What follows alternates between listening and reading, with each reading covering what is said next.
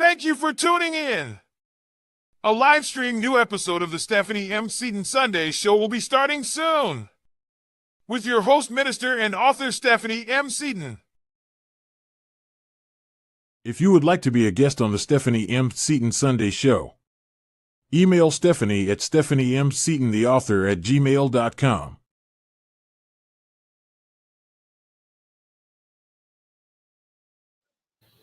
Hello, and welcome to another edition of the Stephanie M. Seaton Sunday Show. I'm so glad that you're tuning in with us tonight on this amazing Tuesday night. We have a special guest in the studio tonight. We have E.Nigma, the author.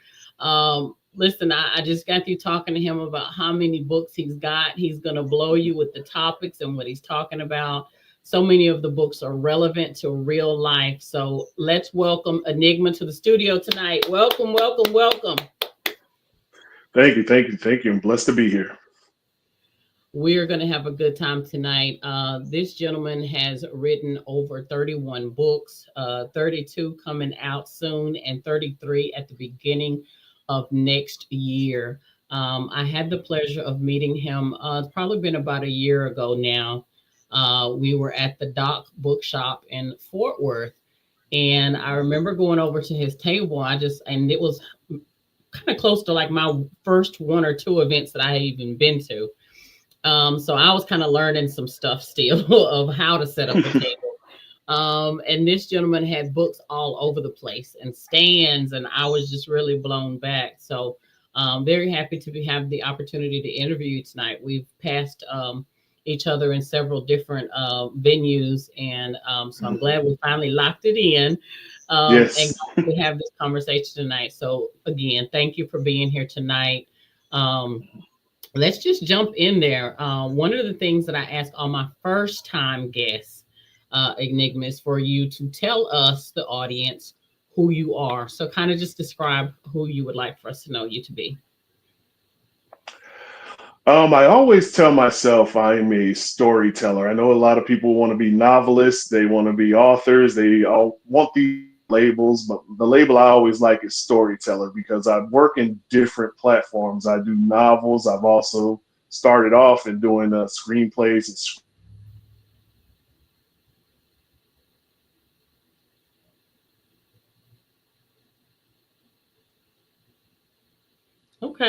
Okay. So you began so writing. pretty much. Can you hear me? Yeah, it was delayed for a minute. Go Okay. But yeah, so I started off doing screenplays and scripts and things like that, and then I end up moving things over to the novels. And I always just see myself as that storyteller, the person who can take us a different subject and really go into it. And I would really say that's the biggest thing about me as a creator. Yeah, I love that. And we were talking when we were talking about you being on the platform. You were very open and transparent, and you were like, I don't know about my books being on your show. And I was like, well, hey, we all have a story of healing, empowerment, and transformation. And your two books that are pretty much the top books right now that you're promoting, these books they're relevant for everybody. The first one, they're both, well, let me say this first of all, they're both award-winning books. Okay. And the Looks first one, Between Two Wives. When you hear the title, you're like, whoa, what's going on? It's a psychological thriller. Let me just say this. I'm impressed with just the fact that you're writing outside of the box. You're probably the first person that I've talked to in the last few years that is writing psychological thrillers with brown skin. So congratulations on that, because you don't have to stay within the box. You can be open and creative and do, so much more than just a novel or just a memoir or things of that sort. So I salute you for that. How did you come about writing this book and the title? How did you come up with the title Between Two Wives? So I came up with Between Wives. It was a novel, honestly. So this is just kind of a story. So when I'm typically writing, I just name a book something just until I can kind of get the story out and stuff like that. And so the working title for it was Between Wives. And it just stuck so well with the story. I went on ahead and just kept it as that. So Between Wives is basically a psychological thriller. It's about a police officer. He's working a job. And as he's working this job after a shootout, he raids this house. When he goes into the house, there's nothing in there. When he leaves, it's 10 years later, his wife and kids don't exist, and he's married to somebody else, hence the name Between Wives. Right. And the story actually came as a dream. I had a dream. That whole portion that I just told you was actually a dream, and I woke up and I was like, that's a book. Now, I didn't know how it was going to end or, how I'm going to build off of that, but that's what it ended up being. So that was the best thing behind it. Okay. And to know more, you have to go and buy the book. Yes. So this is one of those books that it's always hard for me to really kind of go into any more details because I don't want to spoil it for you. Right. My wife, she was one who read this book, and she kept texting me as she was reading it, asking me, wait, what's really going on? I said, just keep reading. Just keep reading. You'll get there, So it's one of those things that you just got to keep going to in order to see the surprising ending. At least I hope it's surprising. Oh, well, I'm sure that you left a cliffhanger for all of us to be able to read the book and find out. And then his second award-winning book that we want to talk about tonight is The Illustrious Solitude. And this book right here, I mean, this hits the platform so much. My story is one of healing from trauma and reaching back to help other people. And one of the biggest things about trauma is a lot of it happened to most of us in our childhood, right? And so you have this book, Illustrious Solitude, that's about a pop star that went through trauma early in life, can't seem to get past it, seeking revenge over, I guess turning the other cheek, if you want to say. So kind of tell us a little bit about that, like the title and kind of the story behind it. So this was one of the stories that I actually, like I told you, I started off doing like a lot of script writing and stuff. So this was like a character study script that I always loved because really you're following this pop star. And you would think somebody who has everything in the world, money, fortune, fame, could just live happily. But there's some trauma that she's had in her past life or her past time that she just cannot let go. She's a very vengeful person. Anybody who's wronged her basically feels her wrath. So the title Illustrious Solitude comes from she's built this whole solitude of herself, and nobody's actually tried to actually battle that trauma until she hires this publicist who puts up a fight to see if he can help her get past that trauma. And so in a way, it's a love story, but at the same point in time, you see the things that happen to this character throughout the book. And the great thing about it is, being that I wrote it initially as a script, when you put it in a novel, you can flesh it out even more. And I love that because this was a character I really wanted to flesh out, to really dig deep into that trauma and give a little more examples of what she had to overcome. And, it's a lot of pain. People just see the outside of it, but there's a lot of things that she went through. And so it's really hard for her to kind of move past it. So I thought it was a great opportunity. And when I sent it off to try to, see if I can get an award for it, to just, go into competitions, I was shocked that somebody got it. I was like, okay, because sometimes, certain books, they typically don't really mess with. So this one was kind of a shock to me that somebody saw what I actually did and actually seen what I was trying to do with it. And it was just, it was an honor.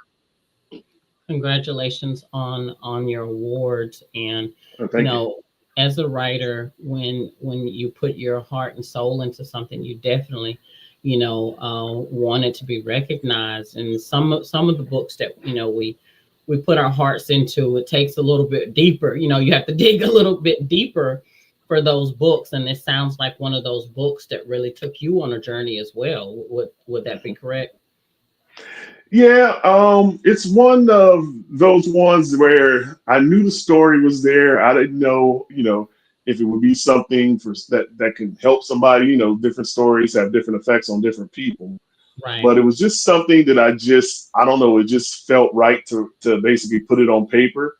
Yeah. And it was always one of my favorite scripts because I just really love this character and, just to show her journey. And so, Hmm.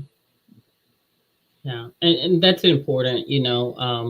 I like the fact that you write from different genres. And how did you decide that? Like, did you just kind of decide I'm not going to be stuck like in one genre, or I'm just gonna just tap in every like? How did you decide that? So, people say that I'm a Cancer sign, and people say Cancer signs are all emotional, which I don't believe in any of that. But, as a person, I'm a big movie watcher. I love watching movies. And one thing I always tell people is, sometimes I want to watch an action movie, sometimes I want to watch a comedy, sometimes I want to watch a psychological thriller. And so it's Yeah, hard for me to stay in one genre. It's just basically what I feel. Like if I feel writing a love story, I'll write a love story. If I feel like writing a coming of age, I'll do that. And yeah, that's why I went with the pen name E.Nigma, because you never know what you're going to get from me. You may get a romantic comedy, you may get a sci-fi book. You just never know. And so it's really a mood thing for me. I don't like watching the same thing on TV, so I don't like writing the same thing in novels. So yeah. For those of you that are just now tuning in, we are talking to author Enigma tonight. We are talking to the author of 32 books, 33 in the works, coming up at the beginning of the year, about to release one in November. He's got a lot of major things going on, genres just across the board. And I mean, I know that you're going to find a good read if you check him out. His books are available on all major platforms. I want to read a little bit about his bio. So he began his writing career as a scriptwriter, as he said earlier, with his first script, The Afflicted, sparking a journey into film and storytelling. His early work was brought to life by Heaven and Hell Entertainment in a short film based on his series, The Professionals. He later wrote, edited, and directed his first feature, Twisted Affair, and expanded into animation. Well, I did not know that, but I should have picked that up by your book covers. Creating a cult followed series inspired by The Professionals. Despite exploring video and animation, his passion for writing remained constant. And that is evident with the number of books that you have. In 2016, he published his debut novel Confessions of a Call Center Junkie, the Diary of Lellow, a mock diary with a recovering addict navigating workplace struggles. And since then, he has went on to write so many multiple genres, including drama, sci-fi, romance, crime, psychological thrillers as well, building a diverse work. And so tonight we salute you. Just honored again to have you here on the platform. Kind of tell us a little bit about you, the man, the author behind the scenes. What did life look like growing up for you? Did you just kind of think when you were elementary, middle school, hey, I'm gonna be an author? Like what were you like in your younger days? to be honest with you, I never really thought I would be a writer. To be real honest, English was one of those classes that I had to work harder in because I was more of a logical person. So math made sense to me. Okay. English and interpretation and Yeah. stuff that was like, But Yeah. because I had to work so hard at it, it actually stuck. And so when it started to, really, like I said, like watch movies and things like that. I believe I can't remember the director's name. I think it was Stanley Kubrick, who says, if you haven't seen the film that you want, go make it yourself. And Mm, so that was one of the things that motivated me to jump into the scripts. I've seen a lot of movies. I used to do a lot of little movie reviews. I still do on a podcast on occasion. And okay. so I took it and I said, you know what?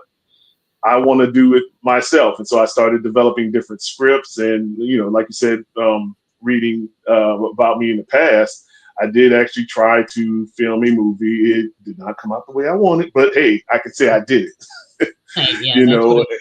Yeah.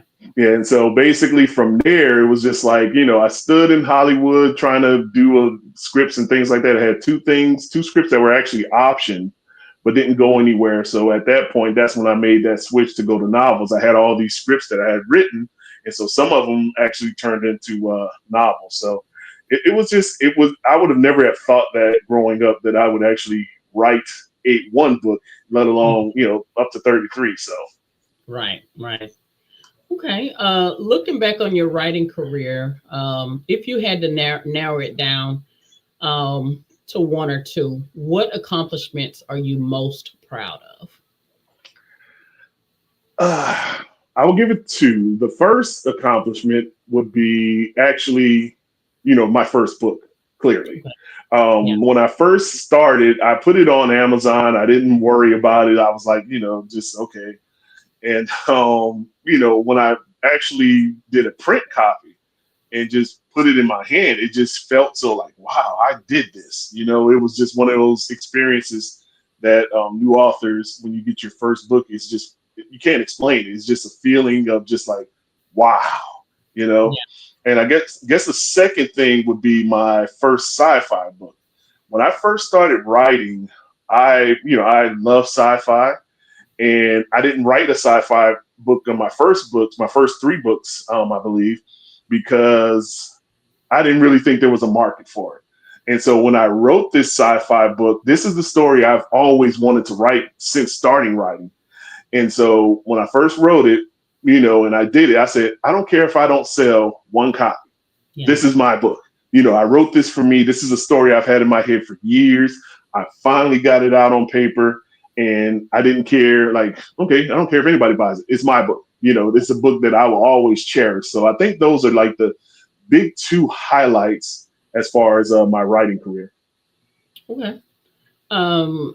So what do you think is the most important element of good writing? What would you define that as? Now, everybody's going to have their own interpretation. For me, it's great dialogue. I've read books, that the characters, the dialogue can seem a little inconsistent or unrealistic. One of again, this is me having my movie background. One of my favorite directors is Quentin Tarantino. He makes movies. If you watch his movies and the dialogue that he presents, it seems casual. It seems like he's not writing it. These people are actually saying it. Right. And I love that aspect of it. And you really, in my opinion, have to have great dialogue. I mean, you can describe the scenes. I know certain books can take 5 pages to describe one scene. Mm-hmm. But if they don't have the dialogue, to me, it takes me out of the book if it's not realistic. And so I try to make my novels basically like that as far as the dialogue. Like, I want it to be casual, that you can actually read this and say, hey, I can imagine two people actually talking like this. It's not just, just kind of stilted or just kind of stiff or whatever, or too proper. Like, everybody is not going to talk the same. There's going to be a variation of how people communicate back and forth. So for me, it's always the dialogue. I think that's really the most important thing. Okay. Now, you have written 31 books. Number 32 comes out in November, 33 in the beginning of the year. You have seen a lot of characters. you have created a lot of characters. I want to know, well, a two-part question. Which character that you created was the most fun because it was so much outside of you? Ooh, outside of me. Yeah. I would say there's a character that, well, I could talk about the book we just talked about, Illustrious Solitude. Yeah. Serena, she is the pop star, the one that's the main character of the story. And it is outside of me because, I look at her and think to myself, well, if I was that rich and famous, I really wouldn't care what happened in the past, but also I have not gone through that type of trauma that she went through. So it's easy to judge when you're on the outside looking in.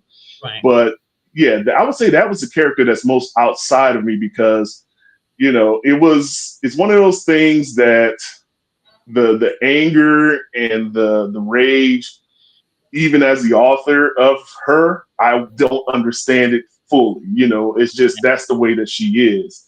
Yeah. And you know, when you've accomplished all that she had, you know, part of the trauma, I'm not going to go into too much details of it, but part of the trauma happened when she was trying to ascend to that pop star, trying to make it in the industry. And Right. so, you know, just to really just finally, you know, just like we talked about with me in the novel and just how excited I was to make it, I think that would be enough for me to just kind of move on. Like, okay, I've moved past all the struggles and, you know, things that I've dealt with, but for a character like her and then what she went through, you Yeah. know, I can kind of see, you know, once you read the book and see how she is and see her background, you can kind of understand it. But it is outside of me. I'm more forgiving than she is. Yeah. Yeah. Okay. And the second part of it is which one stands out as your favorite? And tell us why. So I would have to go with Xavier. So Xavier is a character on my book called 13. It was my attempt at a young adult novel. And the main premise behind it is the character, he's about to hit his 43rd birthday or what have you. And he thinks about the last time that he was actually truly happy. And he Mm. talks about his 13th year.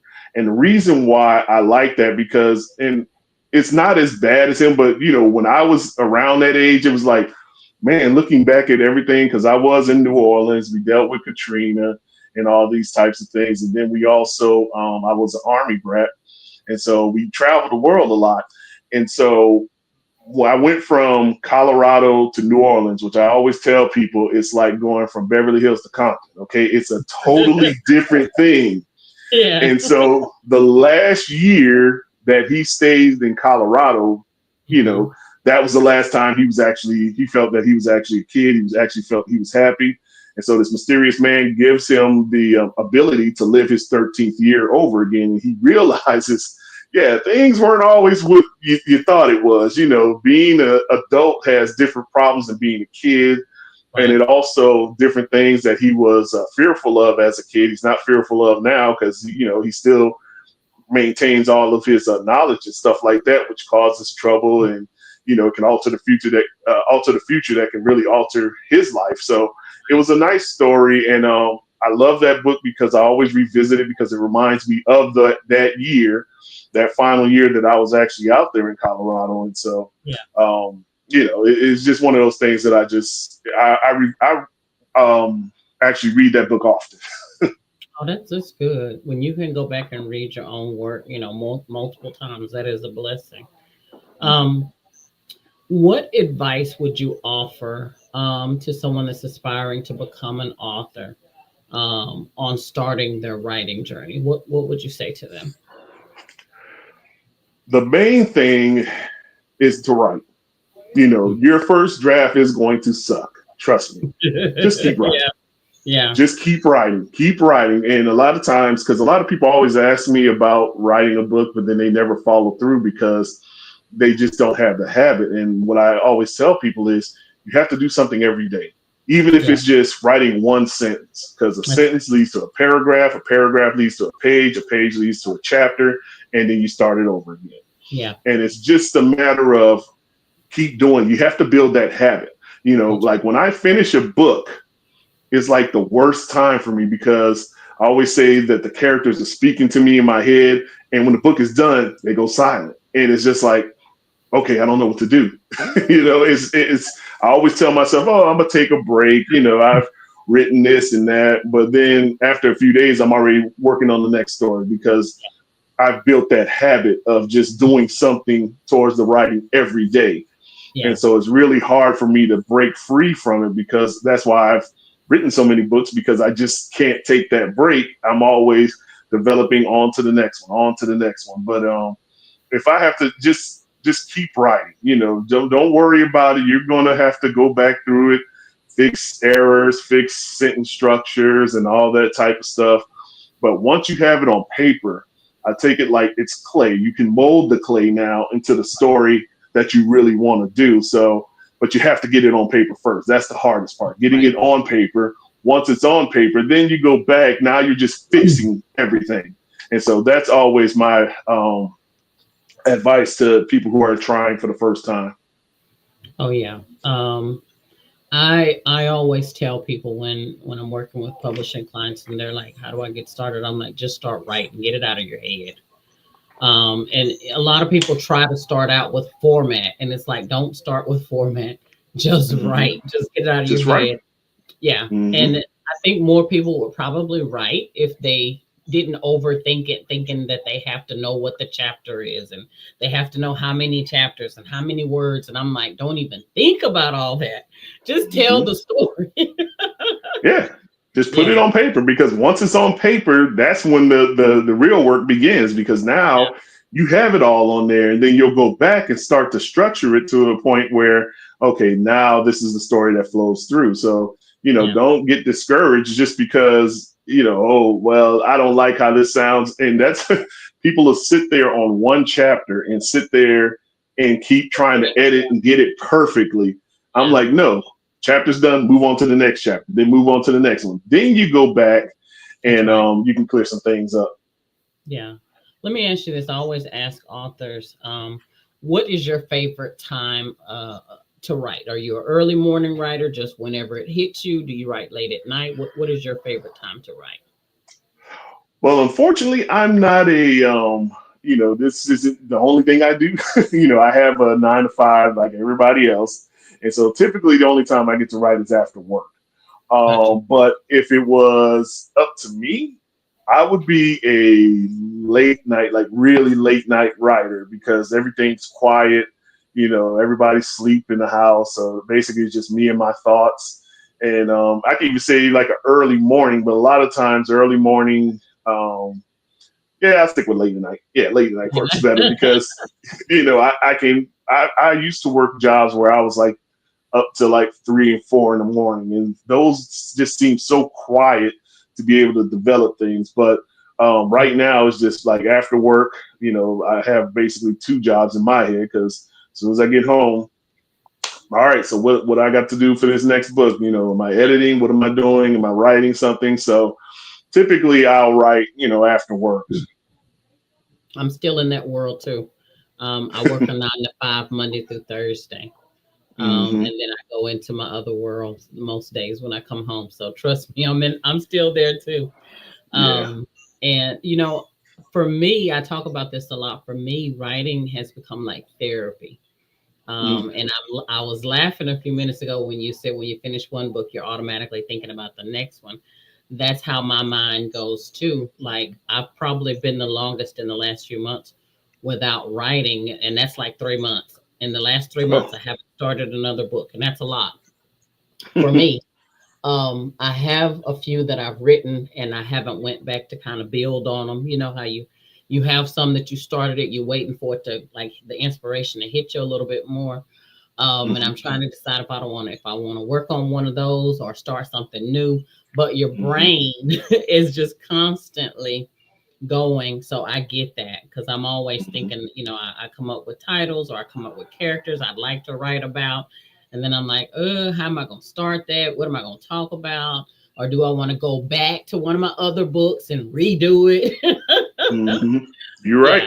Yeah. I'll tell you a quick story. So the 32nd book I had already finished like maybe a few months back. So it's basically been sitting there. Typically what I like to do is after I finish a book, I like to give it maybe about a week before I jump back in.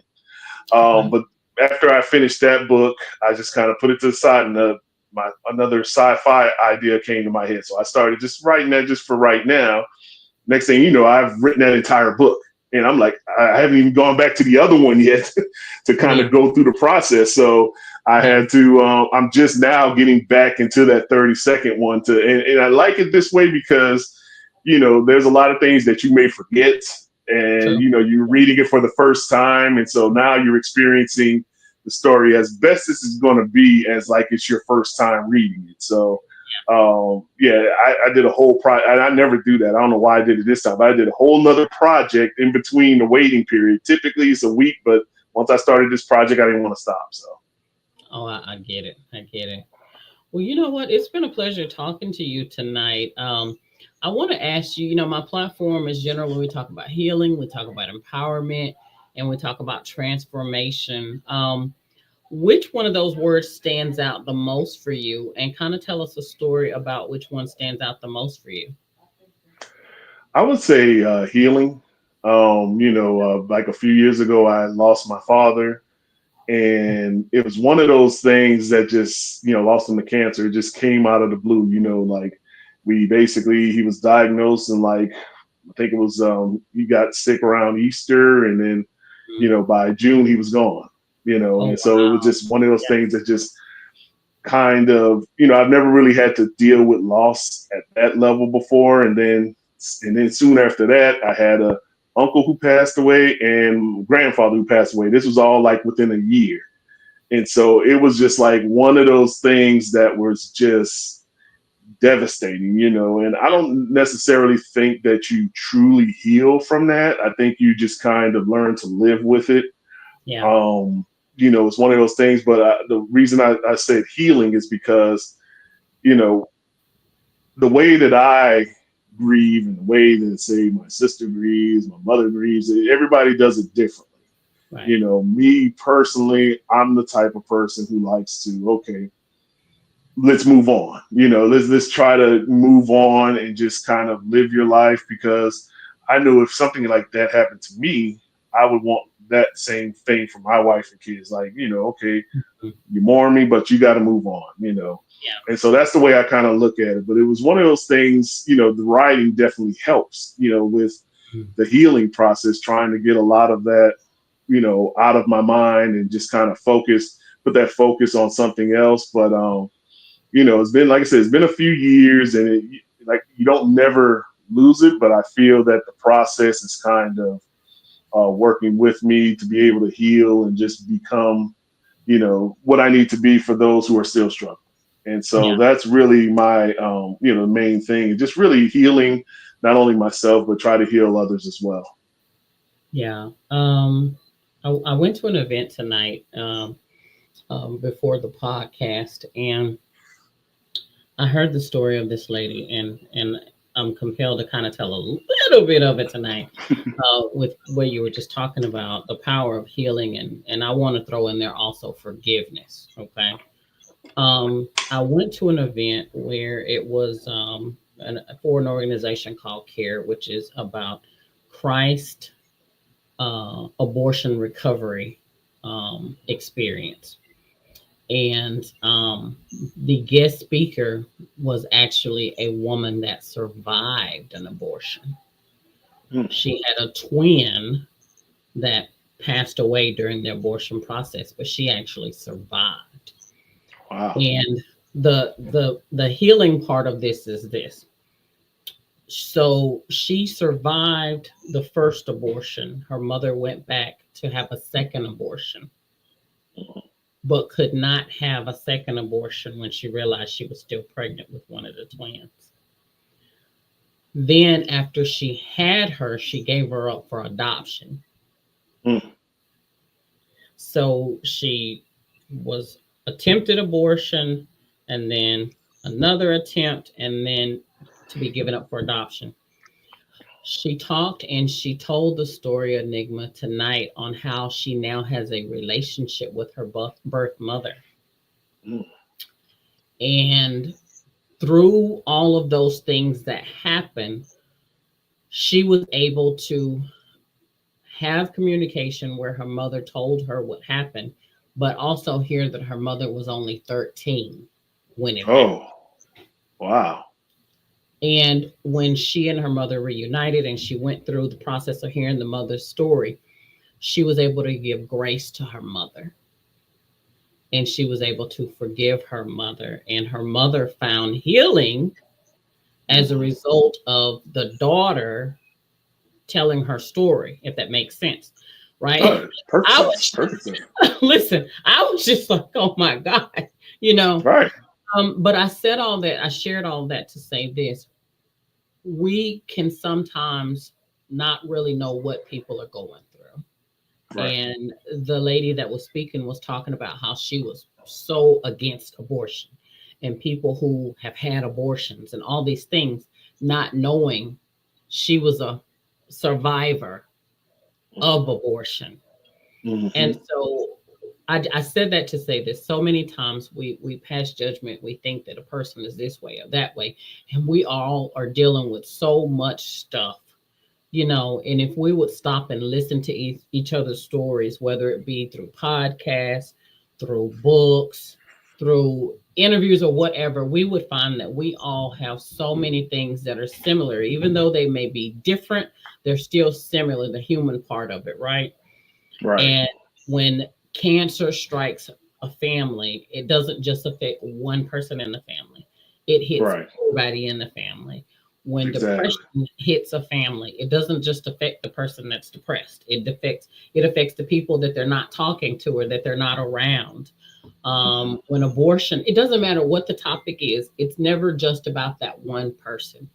It's so much bigger. And so I just think, you know, when the Lord helps us to get to the point of healing and talking about those things and being able to help other people, that's what it's really about. So I want to salute you for what you're doing with your books. You're making us laugh. You're making us think. These titles are really something else. But then once we actually hear what the story is about, I mean, kudos to you for stepping outside of the box and writing these stories. And I salute you. I'm very happy that we were able to connect tonight to be able to do this. And definitely reach back out to me. We got to hear about these next works that you've got going on. I will definitely reach out. Like I said, I'm still going through the edit process.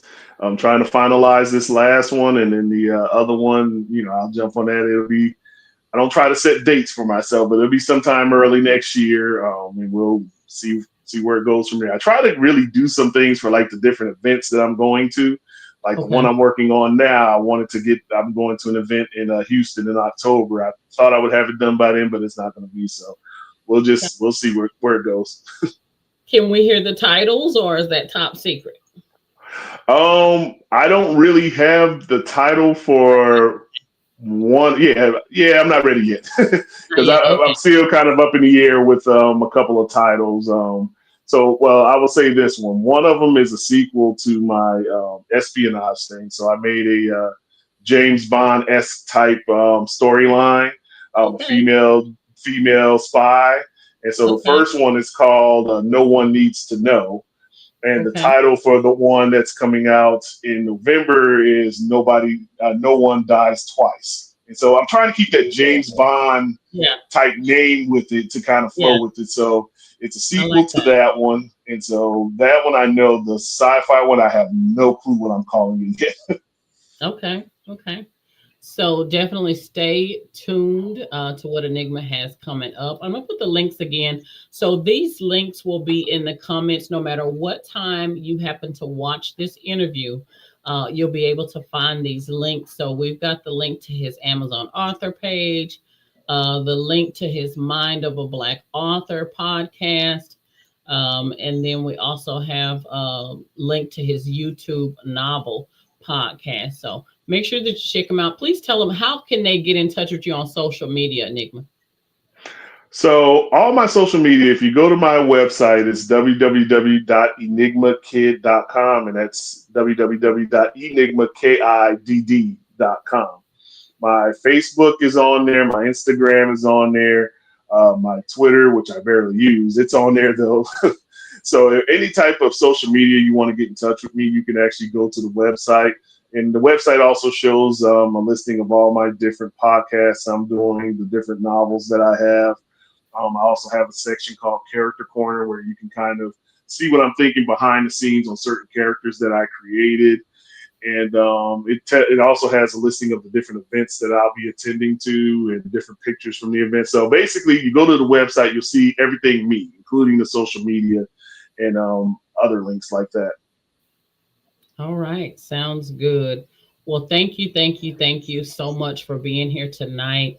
Tomorrow, we're going to have a very special episode of the Stephanie M. Seaton Sunday Show. And then we'll also have, this week is different. So we just kicked off our third season, Enigma.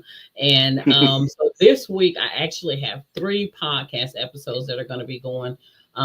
There's sometimes when it's just a podcast, and then there's sometimes, because I am a minister as well, that, hey, I just have a ministry topic that we just need to hit. So this week we actually have 3 episodes. So we have tonight's episode. Tomorrow night, we will have Miss Shamika Jackson here. I had the pleasure of being a part of an anthology called My Salvation Story. And my God, there was so many women that got into the project, Enigma, that we had to do 2 volumes.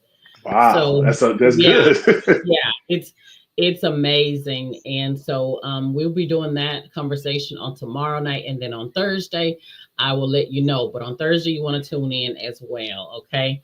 So Definitely. Thank you again so much, Enigma, for being here tonight. Make sure that you guys follow and support him. And thank you guys for tuning in tonight. Make sure that you like, tag, and subscribe. Make sure that you share this episode. Okay. All right. Final thoughts. Take us out, Enigma. What are your final thoughts? For all those authors out there, keep the peace. There, for some reason, there's a lot of drama. I don't understand. So keep the peace, keep writing, and just keep following your dreams, everybody. I mean, like I said, I never would have imagined I would have written 1 book, let alone 33. So if I can do it, you can do it. Trust me. Just keep the faith, keep the dedication, and just keep rocking and rolling out there. All right, you guys heard it here. Thank you again for tuning in and being supportive of the Stephanie M. Seaton Sunday Show. We will see you back tomorrow night at 7:30. Thank you. Have a good night. Bye-bye. Thank you. If you would like to be a guest on the Stephanie M. Seaton Sunday Show, email Stephanie at stephanieMSeatontheauthor@gmail.com.